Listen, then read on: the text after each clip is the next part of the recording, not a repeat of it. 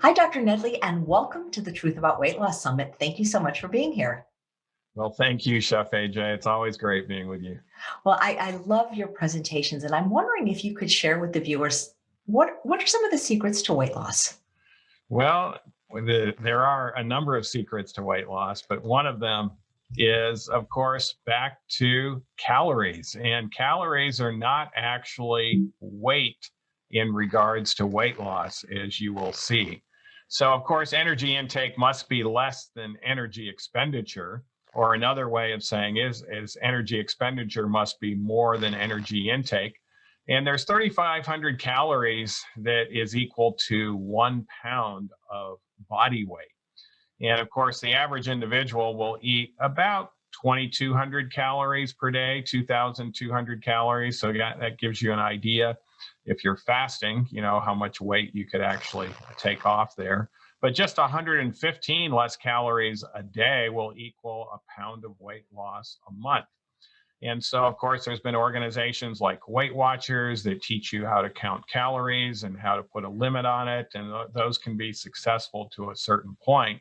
But we're also going to be talking about the role of food addictions as well. But before we get to that point, Chef AJ, I thought it would be good for your viewers just to get an idea of what 250 calories are. Now, for instance, I said 2,200 calories is the average intake per day. So if we had 250 calories, if we divided it up into 3 meals, that would be equivalent to about, 750 calories if we did equal 3 meals. And so I'm going to show you what 250 calories looks like, which would be about a third of a meal as far as calories if we're not going to gain or lower our weight. And so each of these foods is 250 calories. So that is a third of a cup of peanuts. Nuts are nature's most caloric dense foods. So, that's a third of your meal right there. And this is why nuts need to be eaten in limited quantities. This is avocado. You can have a little more of an avocado, a little less than a cup of avocado would be equivalent to 250 calories. And that's your third of a cup of almonds. Not very many almonds there for 250 calories. This is less than, it's about a half cup of raisins for 250 calories. This is, of course, prunes also tend to be pretty caloric dense. But notice the potato chips. That's only 1 that's 1 2/3 ounces worth of those Pringles potato chips. And so a lot of people come to my office and they say, Dr. Nedley, you wouldn't believe this, but I don't eat that much. And I don't understand why I can't lose weight. And I believe them. They're not eating that much, but they're eating foods like this. And you don't have to eat that much in order to gain a lot of weight. That is just 4 ounces of beef there. And so that's just, it's like a rather small serving of beef for 250 calories. But notice the popcorn. That's actually 4+ cups of popcorn if we don't put anything on it.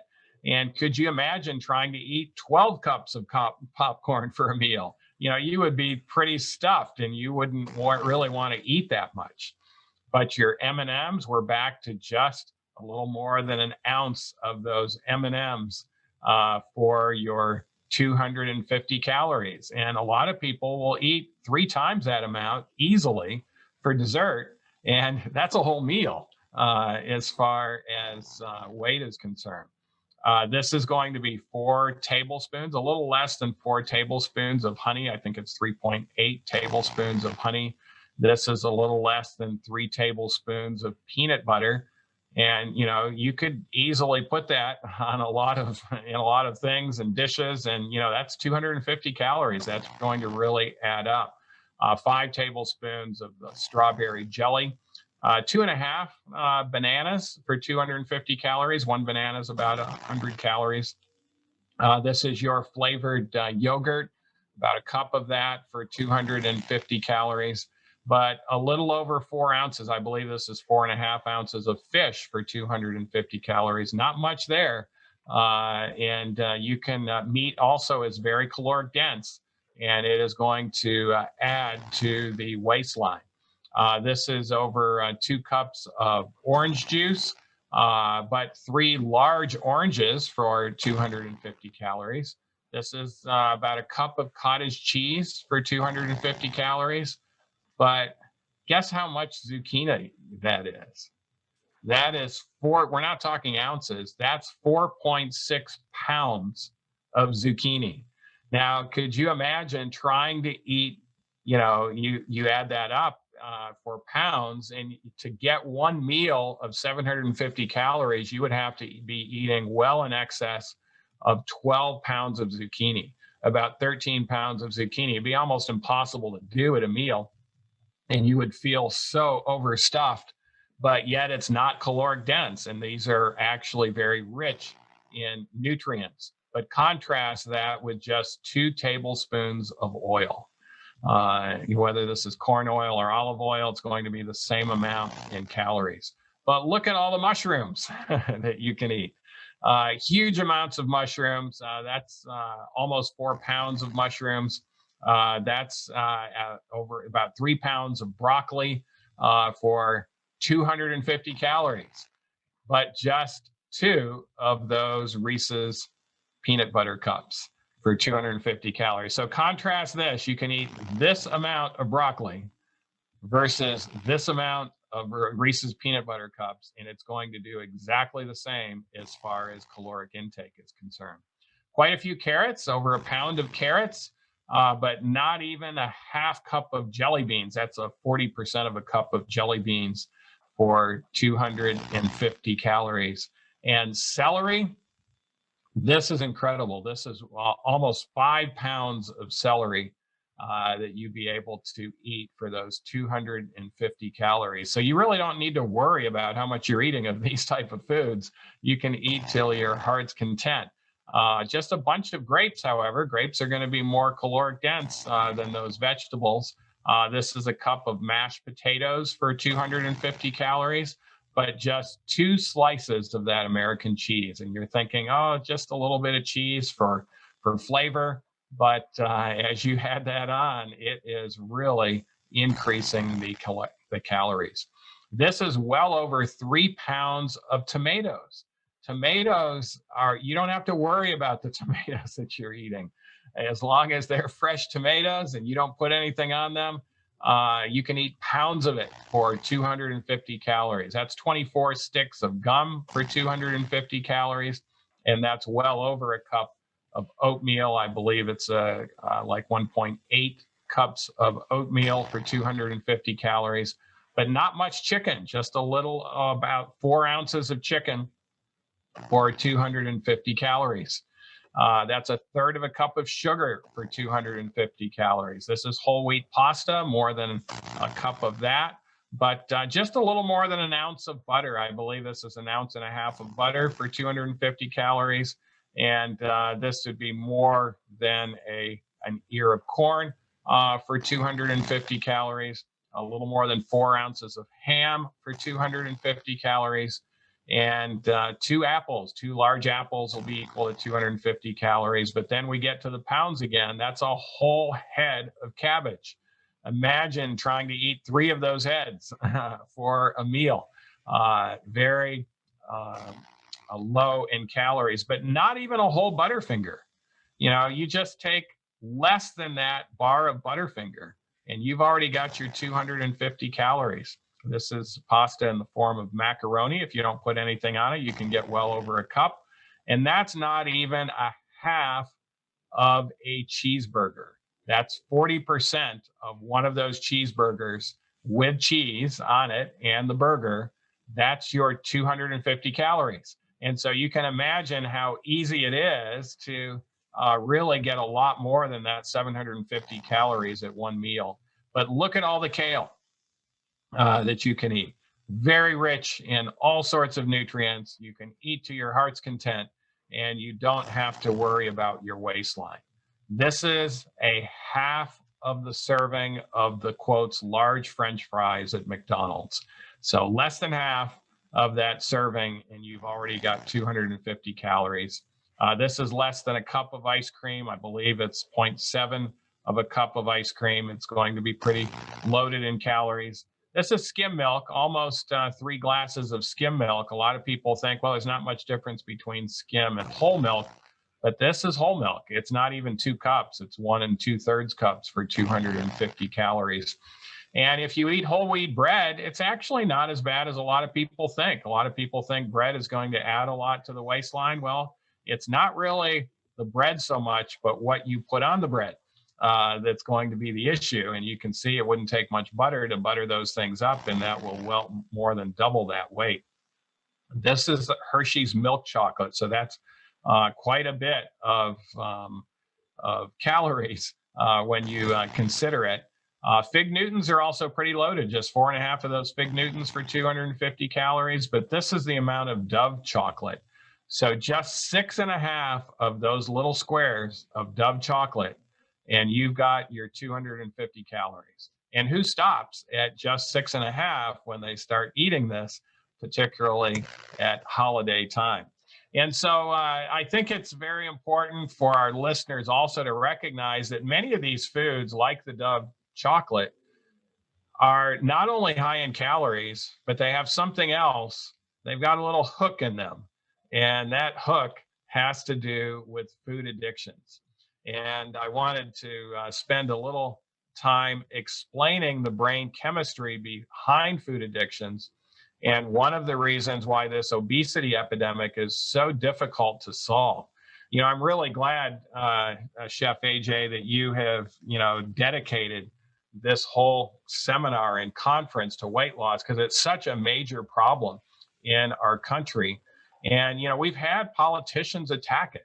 We've had, Barack Obama and Michelle Obama, and a lot of presidents and politicians have said, we're going to attack this obesity epidemic. Obesity is not going down, despite all of the political verbiage that we say about it. Humanity in this country is not decreasing their waistlines. In fact, with COVID and being hunkered down indoors, obesity and waistlines are actually going up. They're not going down. And a lot of it has to do with the food addiction, a part of things. So I wanted to actually get another set of slides up to deal with the food addiction. Let's see if I can Dr. Nedley, before Yeah. you go on to the food addiction part, I just wanted to thank you for the portion on caloric density, because we have Dr. Barbara Rolls on the summit, and it's just, to me, that it's so simple that that's the answer, understanding caloric density. And when you showed 4 pounds of zucchini, 5 pounds of celery versus 3 spoons of peanut butter, it just, when you see the visuals like that, I think it's so obvious.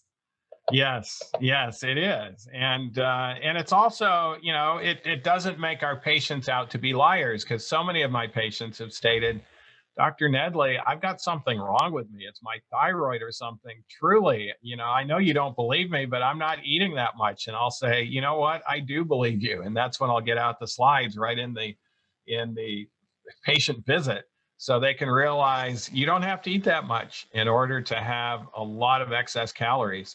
And it depends on the foods that you're eating. And that's what I love about the eat more, weigh less approach of using caloric density. And when you said that taking in 150 calories less a day would yield 1 pound loss a month, that may not be significant. But when you think that there's 140 calories in a tablespoon of oil, a small change like that to yield 1 pound a month, that could be significant. Yeah, that's right. Just 115 calories less. So less than half of each one of those food things if you eat less than that. And like you mentioned, the 2 tablespoons of oil, that'll be 250 calories less. And that would be more than 2 pounds a month of weight loss if you just eliminated that on a regular basis. So of course, if we are obese and we're wanting to change that, it does require us to go through the stages of change. And the first stage we call unconsciously incompetent. This is where you didn't really know that what you were doing was hurting you. You might think that it has to be due to a metabolic problem or a thyroid problem. It's not me. And you didn't realize that the foods you were eating weren't necessarily the best. It was just part of the culture and how you were raised. And now you've got a predilection to certain foods that are unhealthy. And so you became educated. And when you became educated in regards to even what we've showed earlier, you now are consciously incompetent. In other words, you now know better, but you haven't changed yet. In order to really enact these changes, you have to go from conscious incompetence, which by the way, you'll never do if you don't have knowledge. This is why knowledge is power. I think there's even a phrase from ancient literature that says, "My people are destroyed for lack of knowledge." And so knowledge is crucially important. We won't change without it, but it's not just knowledge. We have to have knowledge and we have to put it into practice. And that's when we become consciously competent.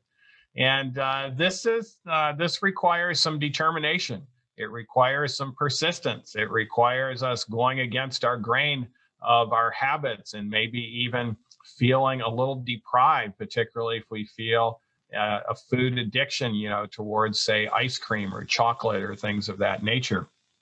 But what a lot of people don't realize is eventually, if they stay in stage 3 long enough, and it depends upon the actual addiction that we're giving up, but eventually we go to stage 4, which is unconscious competence. This is where now we're enjoying the new lifestyle. In fact, even if we went back to eating the way we were before, as soon as we go back, it's not even appetizing. It's like, wow, this is way too sweet. How did I enjoy this stuff before? Or if we've given up even cheese for a while, if we have cheese, it actually has kind of a gross taste because we are now unconsciously competent and we now enjoy the foods that are healthy for us. But it does take a bit of a time for us to stay in stage 3 before we go into stage 4.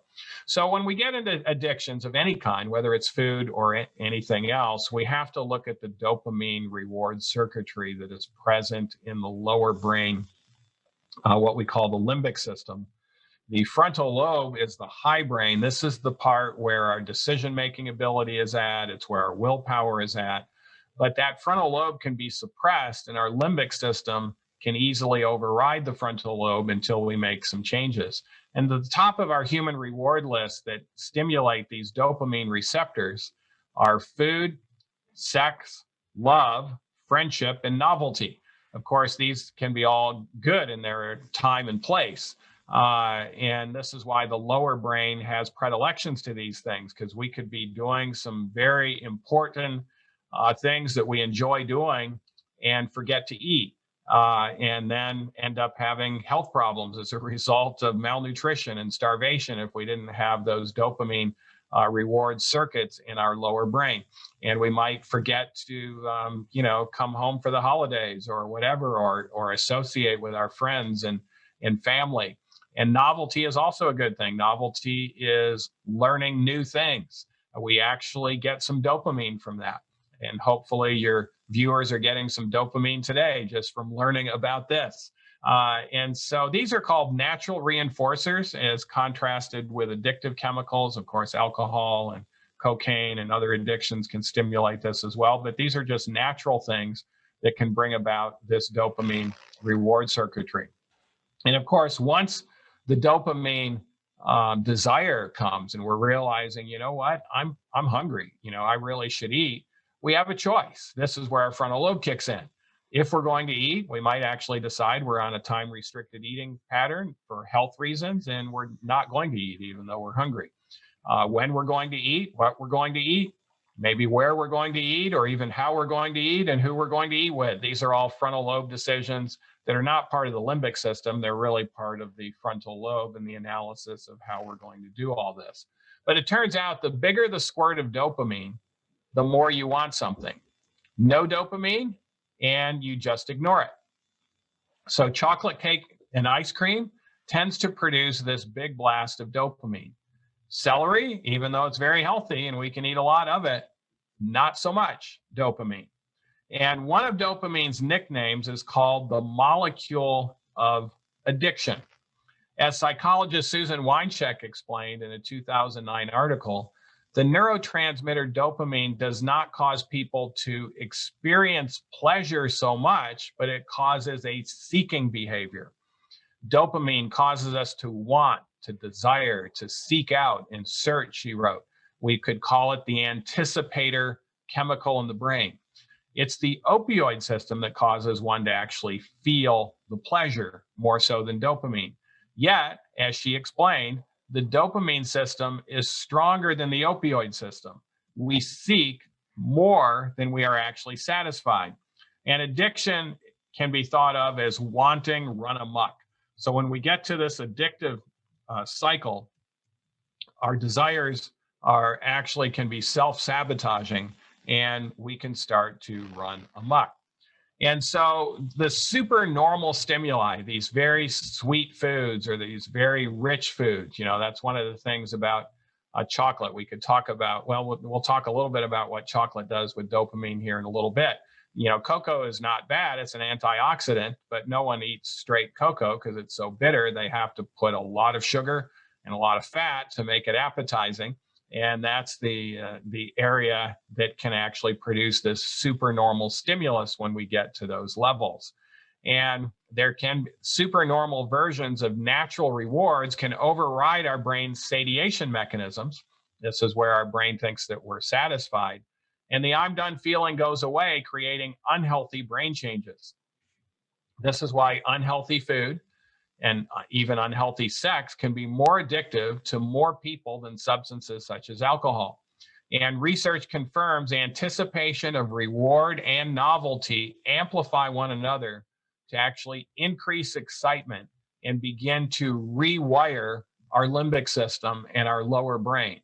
And this rewiring is what sets us up significantly for the obesity epidemic. So what happens? What are the three unhealthy brain changes that take place as a result of continuing to feast on supernormal stimuli? The first thing that happens is called desensitization. This is when our pleasure response becomes numb. Among other changes, dopamine and dopamine 2 receptors decline in the brain's reward circuitry, leaving the addict less sensitive to pleasure and hungry for dopamine raising in activities and substances of all kinds. What does this mean? More pleasure actually leads to less pleasure. And the addict then tends to neglect interests, stimuli, and behaviors that were once of high personal relevance. So in other words, they may have wanted to have some worthy goals. Maybe they were going to obtain, higher education, or they were going to obtain a career a certification for advancement, or they were going to learn this trade or that trade. And they were well motivated to do so, but they got sidetracked as a result of the brain changes taking place from partaking in supernormal stimuli. And so now these interests are being neglected. And what things that used to be very important for them in regards to looking at their overall success and how they can help the world are no longer that important because they're caught in this dopamine reward cycle, and they begin to actually have less pleasure. In other words, the dopamine levels aren't rising near as high as they do this, and their set points start to lower. We'll talk about that in a minute. The second change that takes place is sensitization. This is where we get a super memory of pleasure. And it turns out that this is stored in the lowest part of the brain in regards to the limbic system, and that's called the amygdala. The amygdala will give us super memory of pleasure of that first time experience, so to speak. Rewired nerve connections cause the reward circuitry to buzz in response to addiction-related cues or thoughts. This Pavlovian memory makes the addiction more compelling than other activities in the addict's life. And when this occurs, the individual is also more sensitive and becomes more irritable with the usual nuisances of life. And anxiety levels actually go up. And so, we see this so much in regards to the mental health side of things because many patients actually obtain comfort as a result of food. And they will go after unhealthy foods very often to try to feel better. Now, it is true that sugar transiently raises your serotonin levels. So it not only tastes good, but you actually can feel less depressed. Dopamine levels can start to spike, so you'll feel less depressed. But what happens is when you get in this unhealthy cycle, is you are actually going to become more irritable with the usual nuisances of life. You'll become more irritable to your family members. Anxiety levels can go up to the point where it even is a disease. You know, you could develop generalized anxiety disorder just as a result of the habits of what you are eating. And you'll find out when people are in this stage, because anything that has to do, even tangentially, with their addiction, they will be all over it in conversation. So if there's a place at a certain restaurant that has a certain food that's highly addictive, might not even be talking about that restaurant. We just might talk about the street miles away. And just as that street is being mentioned, they're going to go into that restaurant and that food addiction aspect in regards to their conversation. And so their conversation tends to be just pushed over into this because the addiction is more compelling than other even healthy activities in the addict's life. And then the third change, possibly the most concerning, is hypofrontality. This is the area of the brain that is supposed to be our wise area of the brain. We're supposed to act on the basis of what is best for us in wisdom. But willpower is also in this portion of the brain. And when hypofrontality occurs, the willpower erodes. Alterations in frontal lobe gray matter and white matter correlate with reduced impulse control, weakened ability to foresee consequences.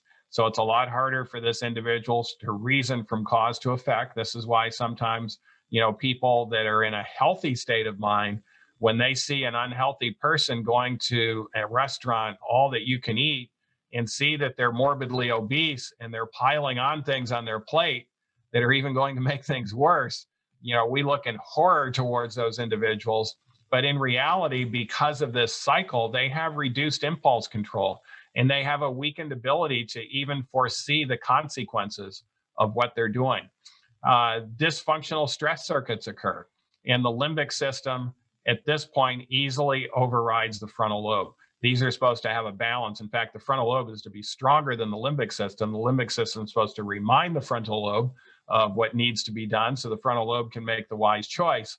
But when the frontal lobe is that far down and the limbic system has been rewired in the ways that we talked about, it just easily overrides it. And in this state, the individual is prone to relapse into a previous addiction in response to stress. So if another stressful event comes into their life, they're going to tend to go back to an addiction that they may have even overcome, like alcoholism or drugs in their younger life. And so this is the cycle that produces a lot of serious concern. And many people wonder, well, is humanity doomed? Once we get into these food addictions with the changes taking place, is the brain and the person doomed? And the answer is not. What we have found out is if the individual goes 90 days not participating in their addictive foods of choice, these three brain changes begin to change significantly. The frontal lobe starts to come back. The dopamine receptors actually start to come back. And we can get into some very healthy perspectives again. And it's even been shown to help our social life. It's been shown to help our academic life. It's been shown to help our work life as well. And so it requires about 90 days for the brain to reboot in this process. And so if the individual can be informed about this, they can, make that hard choice that, I'm just going to give up these foods. I'm going to eat healthy foods, as bad as it tastes now. And as much as I don't want to do this, and I'll try to make it as easy on myself as possible by trying to get healthy foods to taste as good as possible. But, the positive thing is what takes place in the brain. So let me just show you a little bit. And I don't know, are you able to see my mouse, Chef AJ? Can you see that or no? Probably Yes, not. I can. Okay, you can see it. Okay, so I don't have the curves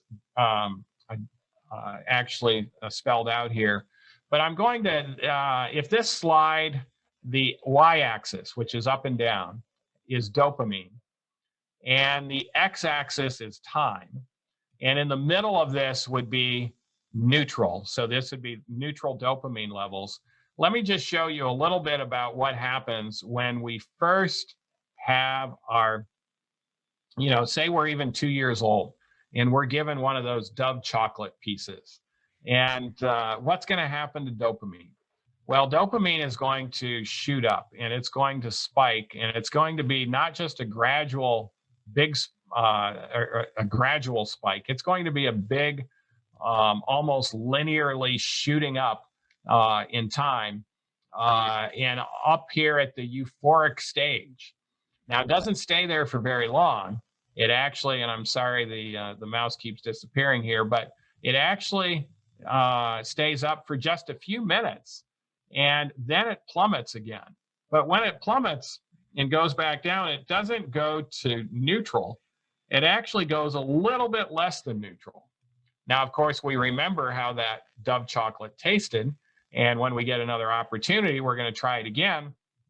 But this time the spike goes up, but not quite as high. It's not up at the top of the screen, and it comes down again, even a little quicker. And this time it comes down to even a little less, even a little more than less than neutral. And say we repeat this process 2,000 times.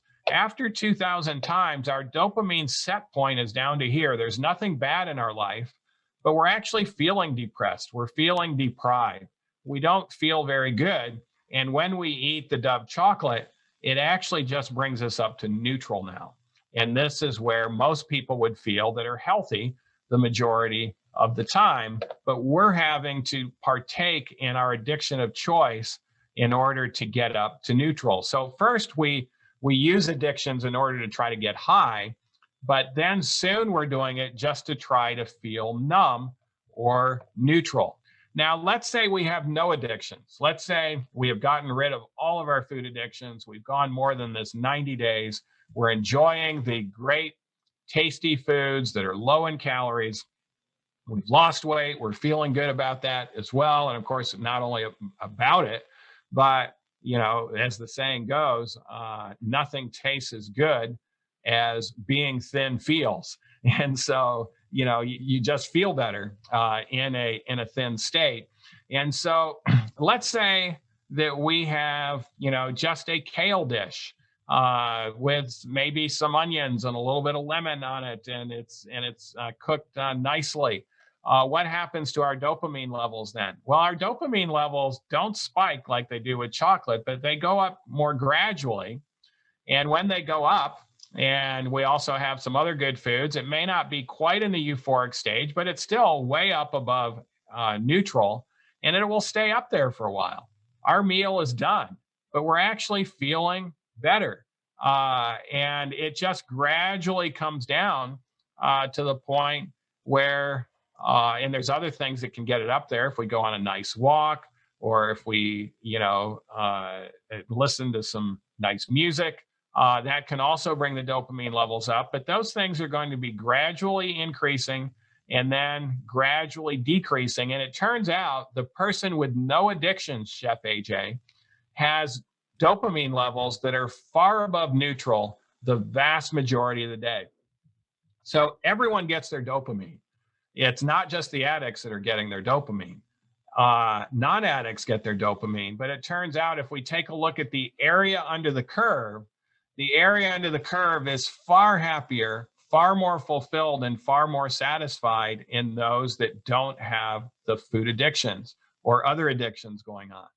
And these people will be able to experience significant highs with just the usual activities of life, and enjoy the simple pleasures in life, where those that are caught in the cycle of addiction, those simple pleasures are not very pleasurable. They'll hear someone else say, wow, isn't this great? And they're looking at them and saying, boy, it's doing nothing to me. That walk or that sunset or sunrise did nothing to me.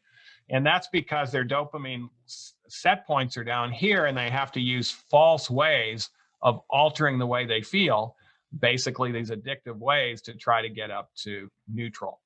So once people realize that, there's a lot of people that in the cycle of addiction, Chef AJ, that I've run into that think that, okay, these foods are bad for most people, but for me, I need them, because without them, I'm going to crash emotionally. I have to have my addiction of choice in order to feel better. What they don't realize is if they go through the process of getting rid of those addictions and eating healthy food, their dopamine levels are going to be far better than what they ever were with the cycle of addiction, with the spikes and the drops, and then the set points of the dopamine levels gradually creeping down to a very low level. And so once we understand this, it actually is kind of a no-brainer to say, you know what, I do need to change, and I need to go through this, and I need to be persistent, conscious competence for a while. And soon I'll get to unconscious competence, where life is just naturally far more joyful and fulfilled. So I hope that's helpful to your viewers. But common characteristics of addictions, it's good to cover those. Overwhelming compulsion to continually use, need for increased amounts over time. If you do get away from it, you do get withdrawal symptoms. You'll feel a little worse at first. And then there's a high tendency to relapse when there's stress around, and a detrimental effect on the individual and society. Now, the American Addiction Association states you don't need to have all 5 of those, but 3 out of 5 will qualify as an addiction. And you can see for a lot of food addictions, it would indeed be that case. And no matter what the addiction is, these are false ways of altering the way we feel. The problem with the false ways is you can never get enough of what you don't need. And why is that? Because what you don't need will never satisfy you. You know, we don't need things like ice cream. We don't need things that are unhealthy. We do need things like broccoli. But you know, Chef AJ, I have never met a person who's addicted to broccoli. They can enjoy broccoli. They can, of course, benefit from it, but you can get enough broccoli. And it's not something you're going to be driven to go back to. Now, of course, they might be addicted to what they put on the broccoli that could be unhealthy. But in general, foods that are very healthy for us don't have that hook. And these are foods that we actually can get necessary nutrients that can help us out. And so this slide is foundational. It's helped a lot of people to realize they just think somehow if I just get enough ice cream or enough chocolate, then I'll get sick of it and don't want it anymore. No, that's not going to be the case, because you can never get enough of what you don't need, because what you don't need does not satisfy you. So any questions or comments, Chef AJ? Yes, absolutely. So I've been taking some notes. So one of the things that you said, and I've never heard that dopamine is called the molecule of addiction, and the bigger the squirt, the more you get. You said that the bigger the squirt, the more you want something. That dopamine causes a seeking behavior. And I'm wondering what effect an environment has on this. So in other words, I know a lot of people that live with people that do not want to support them in their journey to eat healthy, and they have a lot of junk food in the house. And so if dopamine creates seeking behavior, just does having all that hyperpalatable stuff in your immediate environment cause you to want more or seek more? Well, it certainly can, until you go through that entire conscious competence. Let me give you an example of my own father. This is one of the reasons why I got involved in health, was because I grew up in a home where there was quite a bit of unhealthy food. A lot of the foods that I just showed you, a lot of ice cream, a lot of Reese's peanut butter cups, a lot of chocolate covered cherries. And there was, unhealthy food in abundance. And my father, who was an engineer, he wasn't a doctor, but he had some friends of his have heart attacks in their late 40s. And his parents had both died at young ages due to atherosclerosis. And he thought, I'm probably next. What do I need to do different? So he researched a book and or he started reading, and the book that he read was called Sugar Blues. And he came home after reading that book and told my mother, "No more sugar for me." And she kind of laughed. She thought, this is not going to happen because he's so addicted. He has to have all of this sweet food around him all the time.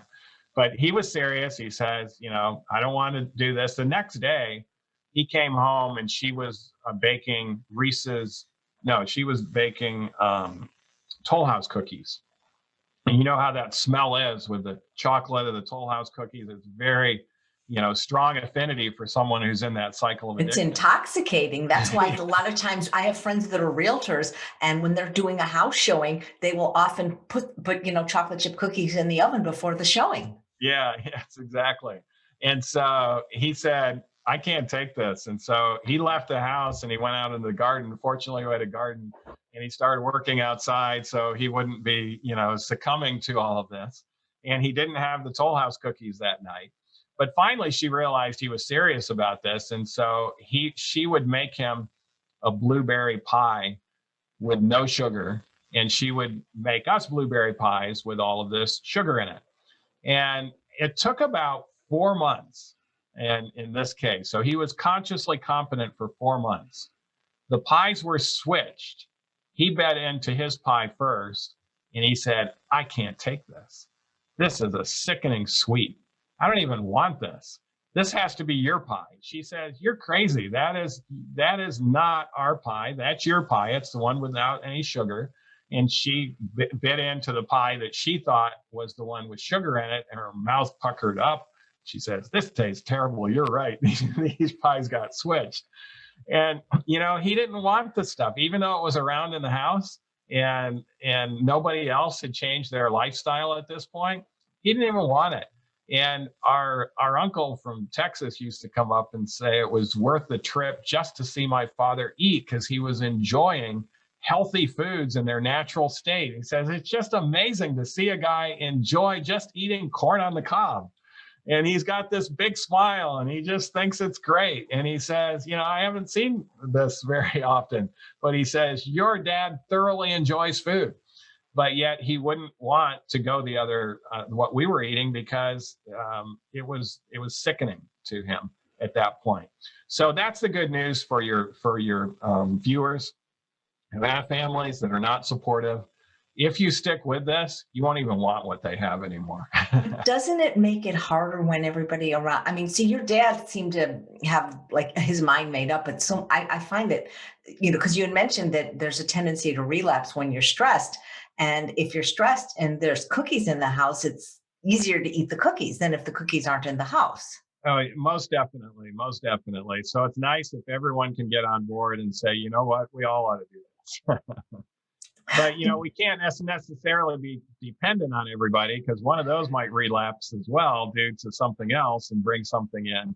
So we still have to have a mind of our own and say, yes, let's be supportive of each other. But no matter what's going to happen, you be accountability for me and me, you. But if you mess up, that doesn't mean I'm going to mess up.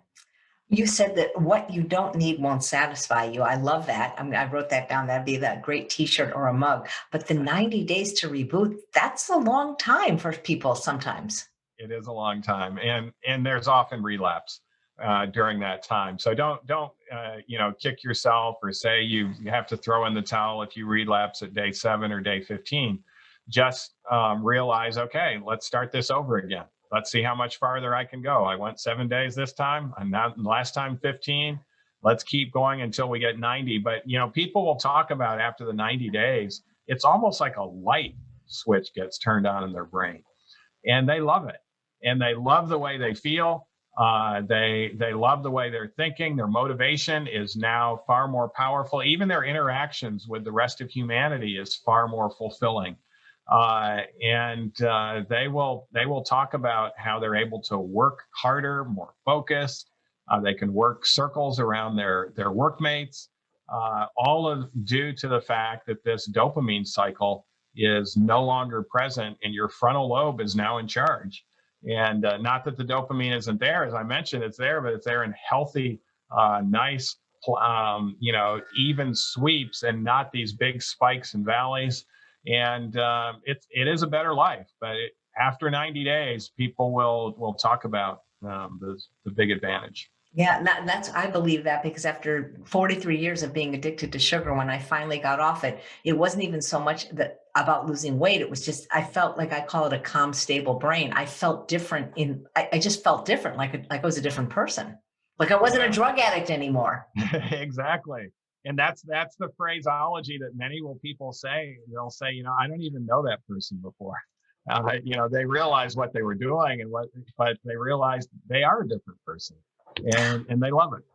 How do you suggest people deal with things like cravings or withdrawal symptoms that won't take 90 days, but those first few days or even a week for some people can be really rough? Yeah, so I recommend, if at all possible, to get outside and exercise in fresh air when you get those cravings. Exercise is very healthy. Also, I would recommend trying to get a little more sleep. Go to bed earlier.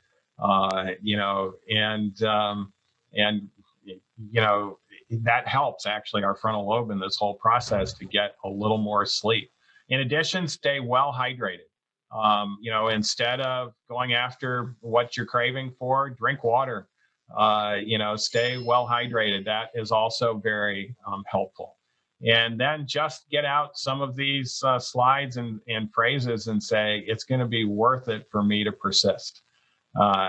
Persistence will get us to that brain change that will produce all these positive effects. And so it's well worth it. Push through. We're not going to die from any of these cravings. They're not going to kill us or even come close to putting us in the hospital. But they will make us sweat at times, but it's worth it to just do something else. It's interesting to say you won't die from the cravings. I find that when people it's like an itch that people can't scratch. And then when they do satisfy the craving, they don't feel better for very long initially, but then they end up feeling worse. Exactly. Yeah, exactly. And that's because that dopamine set point starting to go down again. And so, our neutral, where we're at neutral, has a lot to do with how healthy our brain is. So when nothing is going on in our life and we're just by ourselves, how are we feeling with that? And that gives you an idea of where your dopamine set point is. And if you can be by yourself and have no stimulation and not feel down or depressed or anxious for hours on end, that's actually a healthy state. Not that we would want to stay that way, because we do want social interactions. We do want good food that's healthy. All of those things are healthy for us, but we would like our neutral set point to be at a happier state than where the most of humanity is at. Because you're so right. Because people seem to need some kind of constant something or other. Whether it's food or technology, we do seem to have live in an addicted world right now. Yes, yeah. Addictions are at an all-time high. They're at an all-time high in this world. We haven't progressed in those ways. You actually have a live-in center, and I could imagine that if somebody was trying to get off these addictions, if you were at a place where you're being fed healthy food and could get out and exercise and not have to do your regular job, that could be helpful to people. Oh, it is. And we do, our program is more for depression and anxiety, but of course with that, there's a lot of addictions that come with it. But we'll have some people just here for addictions, and they'll talk about how easy it is here, in part because they are getting healthy foods that are going to help these dopamine levels naturally. They are getting the exercise, and they are encouraged with accountability to go out and do this. So often to spend even 10 days at a place like this at first, if you've not been able to do it yourself, I would recommend you go to a place like Weimar, where you can be here for 10 days in a very supportive environment and go through the worst of it during that time. And then you'll be equipped with all of the right information, the right ways of thinking to be able to do it in your home setting thereafter. I say just go for 90 days till that reboot has happened, right? There you go. Yeah, 90 would be great. So I imagine you've seen your share of success stories, just because so many people watching the summit, they've given up hope that they could ever manage their addictions or lose weight. Oh, absolutely. Yes, we have every program. In fact, people will talk about their relatives will talk about how it's a miracle in regards to how they've changed. But we see miracles in every one of these programs on a massive scale. And so it's the norm. So we've gotten used to seeing that type of transformation, and it never gets old for us because a changed life that has that new zest for living and is living healthfully and now is going to live for high quality of life for a long period of time. What can get better than that in helping people to go that direction? Yeah, that must be very rewarding. One of the doctors on the summit, Dr. Jen Hawk, always talks about how relapse is part of recovery. But how do we get people to get right back on the program and not beat themselves up? Because they do that when they do have a relapse, they take it very personally, and there's something wrong with me, when it's really not you. It's all the crap you've been eating. Yeah, exactly. It's the addictions, it's the change in the brain that's taken place. And so, yes, relapse is part of it, but it's also important to, instead of, in getting back up and trying is, of course, indeed important.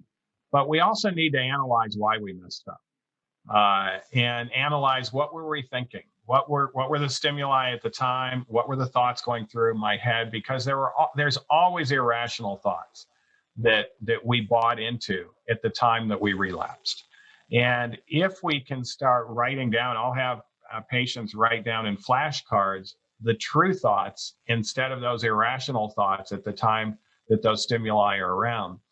And I actually have them review those true thoughts maybe 2 or 3 times a day. Get these flashcards out, because we don't know when the next stressful thing is going to happen or the next stimuli there, so that our mind can be packed with these thoughts that are going to be helpful, rational, and worthwhile when we're confronted with these stimuli. And we can give ourselves the self-talk that will get us through that hump without relapsing, and at least have us go a lot longer.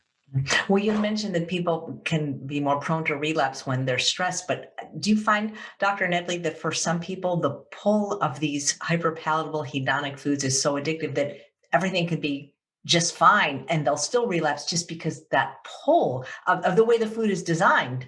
Yeah, of course. Yeah, of course. And particularly if we haven't gone the 90 days, because the limbic system is strong, the frontal lobe is not so strong, and you have these stimuli coming, and now you have withdrawal symptoms.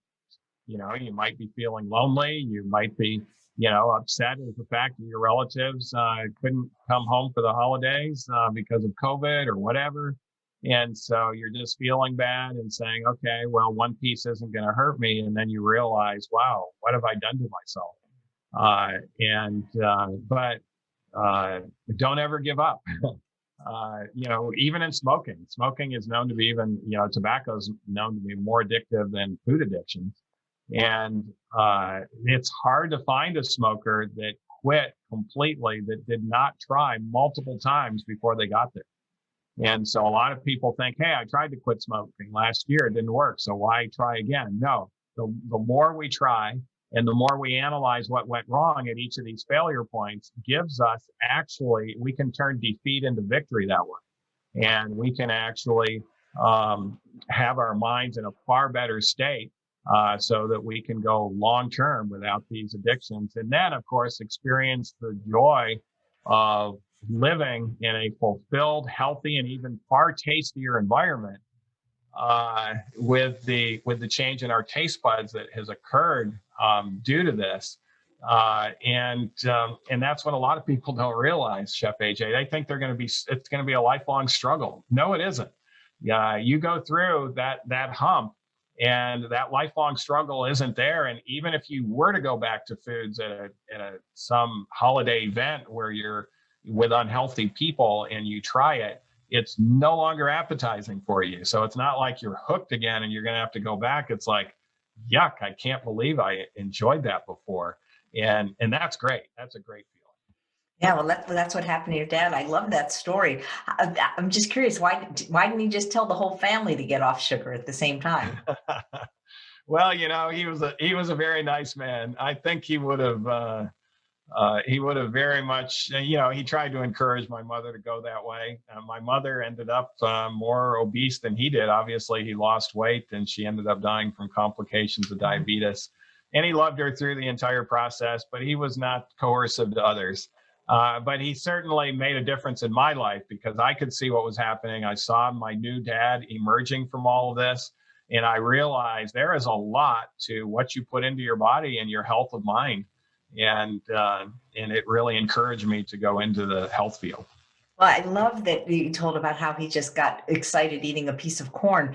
And I know this neuroadaptation, I'm guessing that could take the whole 90 days for some people to thoroughly experience that. But that's what I see with people that really get off these junk foods is that we appreciate the taste of whole natural food as much as they're liking their junk food.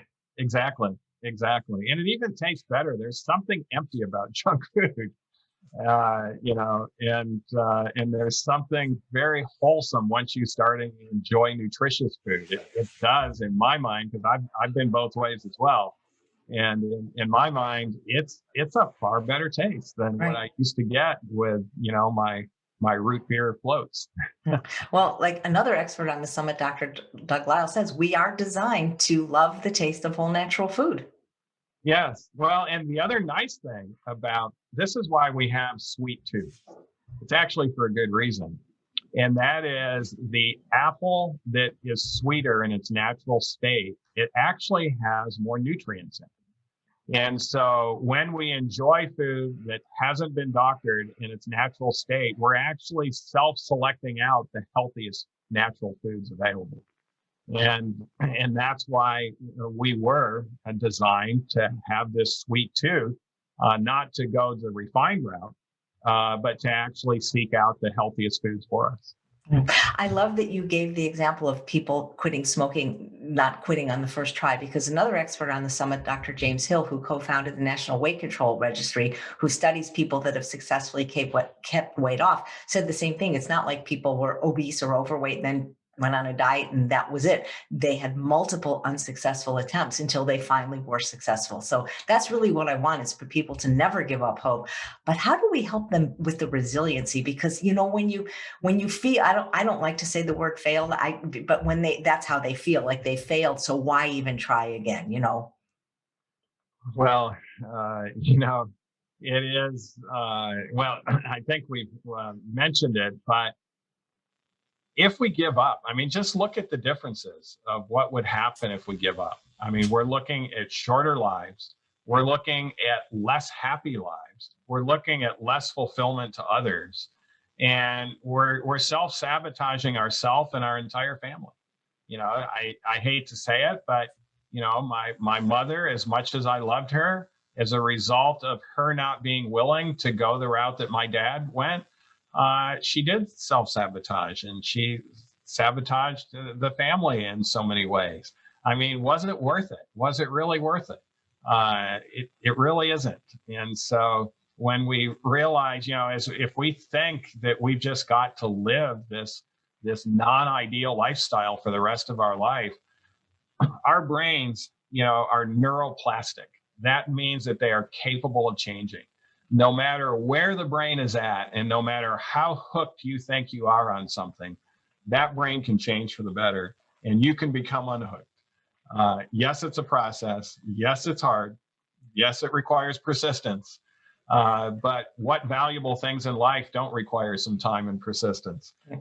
And it's certainly, I promise you, anyone that's gone through this, no one has come back to me and say, you know what, I wish I didn't go this route. It was just too hard. That's so funny. That's what Dr. Goldhammer says. Nobody that's ever lost weight or reversed their disease has ever said, it wasn't worth it. Yeah, exactly. Everyone recognized how worth it is and how much they're glad that they kept at it. Right. It's hard, but it's doable. I love your passion and compassion for this. I think about the saying, you miss 100% of the shots you don't take. And if somebody doesn't try again and isn't inspired by the summit, it's like, well, what if that was the time that they were going to be successful? Who knows if they don't try? Yeah. Exactly. Yeah. I loved your presentation because it married the caloric density with the addiction. And as I'm thinking about it, all the foods that people struggle with are the calorically dense foods. Those are the ones. It's the ones that didn't used to exist. That's right. Yeah. Yeah. Nobody has, an addiction to celery or broccoli or squash or even tomatoes or mushrooms. They're not going to have that addiction, or even popcorn, that doesn't have all the salt and sugar and butter on it. Absolutely. You don't have addictions that way, but they can still be satisfying. And and particularly if you let Chef AJ make your food for you, Oh yeah. very satisfying and very tasty. Thank you. I always say there's nobody ever goes to Arugula Anonymous meetings. Yeah. So, Dr. Nedley, what is the real truth about weight loss? The real truth about weight loss is it can happen. And when it does happen, if you are overweight or obese, you will be very glad you tuned into this seminar and incorporated all of the principles that Chef AJ is sharing with you with her experts. And so go for it and enjoy. Thank you so much, Dr. Nedley.